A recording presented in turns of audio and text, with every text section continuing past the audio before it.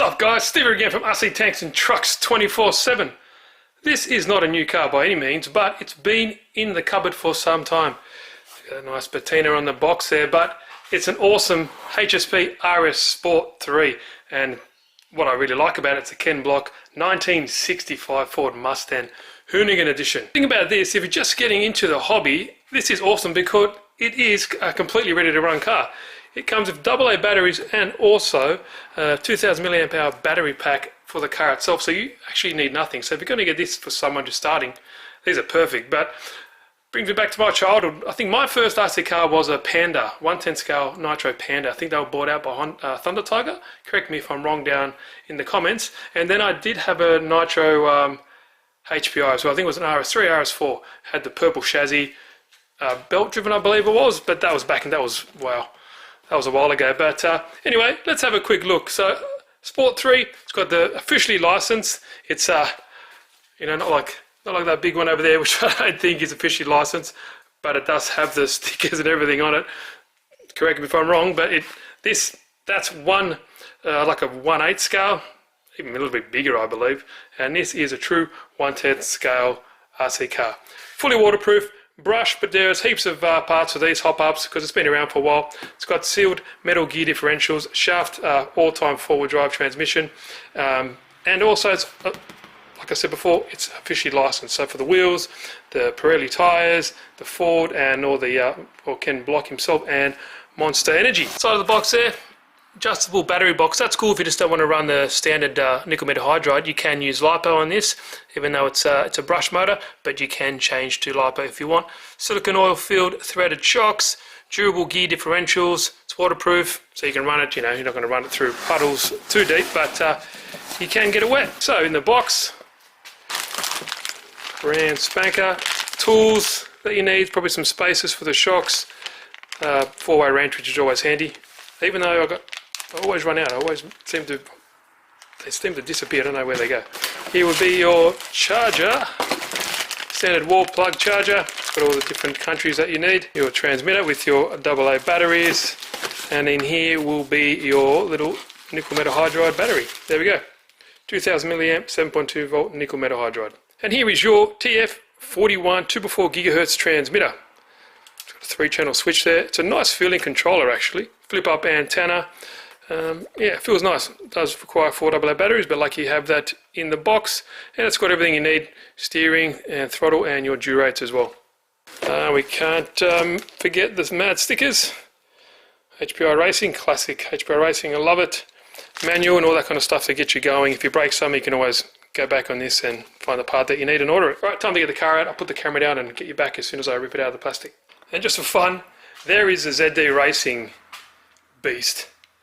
I've done a couple of videos of that. I'll leave the link if you want to check that out, go buy it for yourself. Comes in a roller and ready to run. But they actually hit the nail on the head with the design on that too. Check out that. So that's the 1/10 scale HPI. And this is, sorry, I believe it's 1/7 scale ZD Racing. So, you know, a lot of people might not like ZD, but they smashed it with the designing of this body, and this thing goes like a shower of shit too. You know, all the details are there. Even look on the back here for the wing stays. Actually separately applied parts. Diffuser, everything like that. So they actually killed it, and it looks really good. But yeah, it's a completely different type of car. 1/7 scale. It's massive. But this guy, this is nice. I do love my big RC cars, but this size 1/10 scale, and this particular car, the RS4, is just a really nice little car. Simple, it works. Even if you're experiencing the hobby, it's such a nice little platform. You know, center drive shaft, super easy to work on. Front and rear differential, oil-filled shocks, and there's heaps of upgradable parts if you want. But you can just run it as it is. You can just leave the brush motor, and obviously it's easy to smack a brusher setup in there, no problem whatsoever. But you got your brushed motor, you got your small little your ESC, and you can change it to LiPo, I believe, just under here. Yeah, just under there, there's like a little jumper pack. It tells you LiPo or nickel metal hydride, and you just change the position of that little jumper there, and that's all it is. On and off switch, steering servo. It has a servo saver on there as well, so you know it's going to get you out of a trouble if you hit something too hard. Front bumper is nice and foam, so that'll help as well, mitigate any issues. But just check out some of that detail. Love the wheels, and look, they're exactly the same on there as well. But yeah, nice chassis, all plastic. But you know, it'll do the job. A good quality plastic. It still rates highly for me. Just because something is aluminium, it doesn't mean it's actually stronger. It can bend easy. Plastic is more forgiving in that regard. But yeah, all the joints are all fixed, so you can't change the camber, caster, or anything like that. It is all fixed. But that's what's good about this.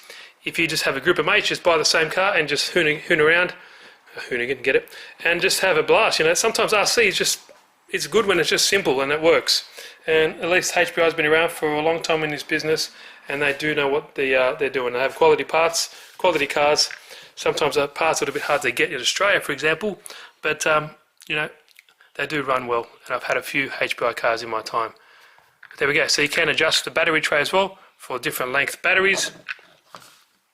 But there we go. Not much else to say. Let's have a look at the shell. Looks great. Officially licensed. That's why I put the stickers on here. It does come with stickers for the ZD, but really nice details. Nice rear end. Classic 65 Mustang. Such a beast. Such an animal. But what do you think? Charge up the battery? What should I do? Charge up the stock battery and just see how it performs on the stock battery. And maybe later on I can show you guys how it runs on LiPo. Okay, there we go. Standard 7.2 volt nickel metal hydride battery. Charge it up. Just want to show people if they buy it how it performs. I put the stickers on the ZD one. Yeah, I don't know how that's legal because it doesn't say it's licensed. But there we go. Looks pretty identical now. Alright, let's put this little guy on the floor, or little compared to the 1/7 scale. Let's see how she goes. Completely stock.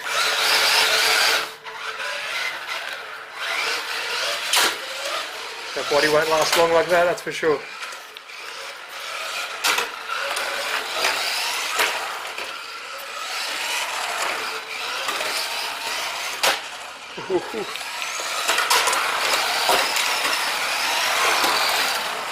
Definitely would need, well, raise it a little bit, or much smoother surface, but you know, it is what it is at the moment, and we'll just use it as that.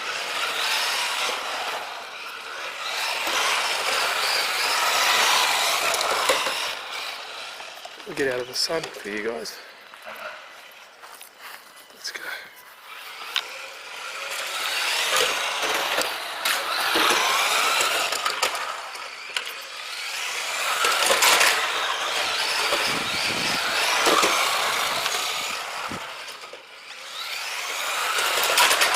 You know, imagine if this was your first car, or even, I had a bit of a jump there.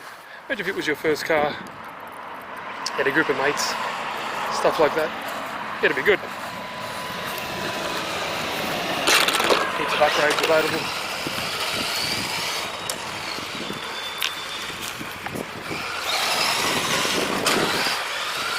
And if you guys have this car, what mods have you done to it?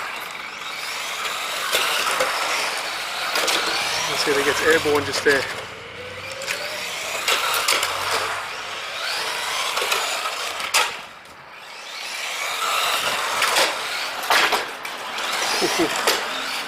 I guess Ken Block's car's not showroom condition either.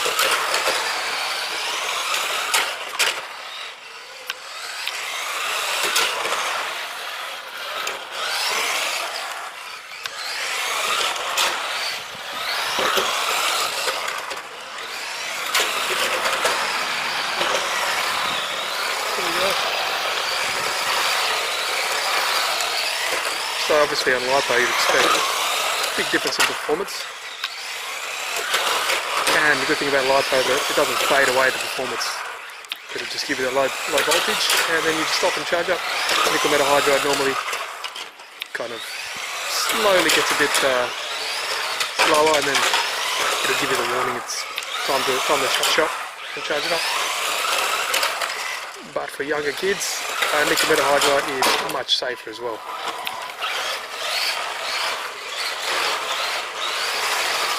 So as you can see, it's alright.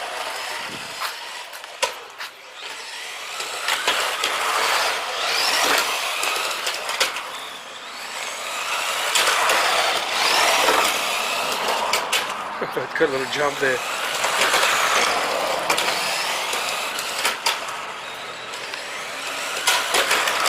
But they're not all clean, so you gotta drive them.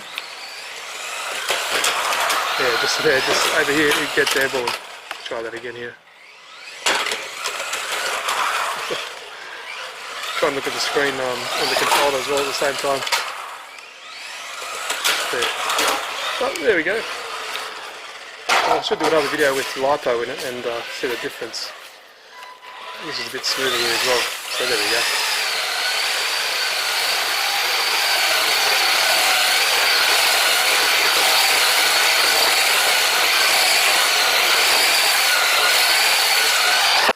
There's a problem having such a low car. That'll get up.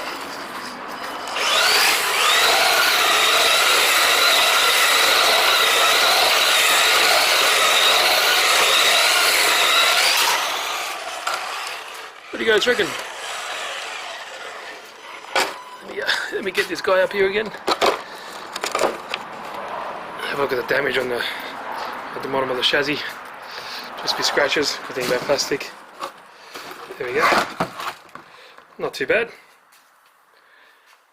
Sweet. Is the motor even hot? Do the nah, look at that. My hand's on that can. That's not doing nothing. So there we go. Simple little video, guys. Let me know if you want me to do any updates on this. I'll just leave it as it is and just change the jumper settings to LiPo. Keen to hear your opinions. But there we go there. Really love that those two. 1/7 and 1/10, so you can definitely see how much of a difference the scale makes. Pretty cool. Alright guys, hope you liked the video. If you did, give it a thumbs up. If you haven't, please subscribe. And let me know of your, if you have done any mods or anything to these little HPI cars. Cheers guys, hope you enjoyed the video.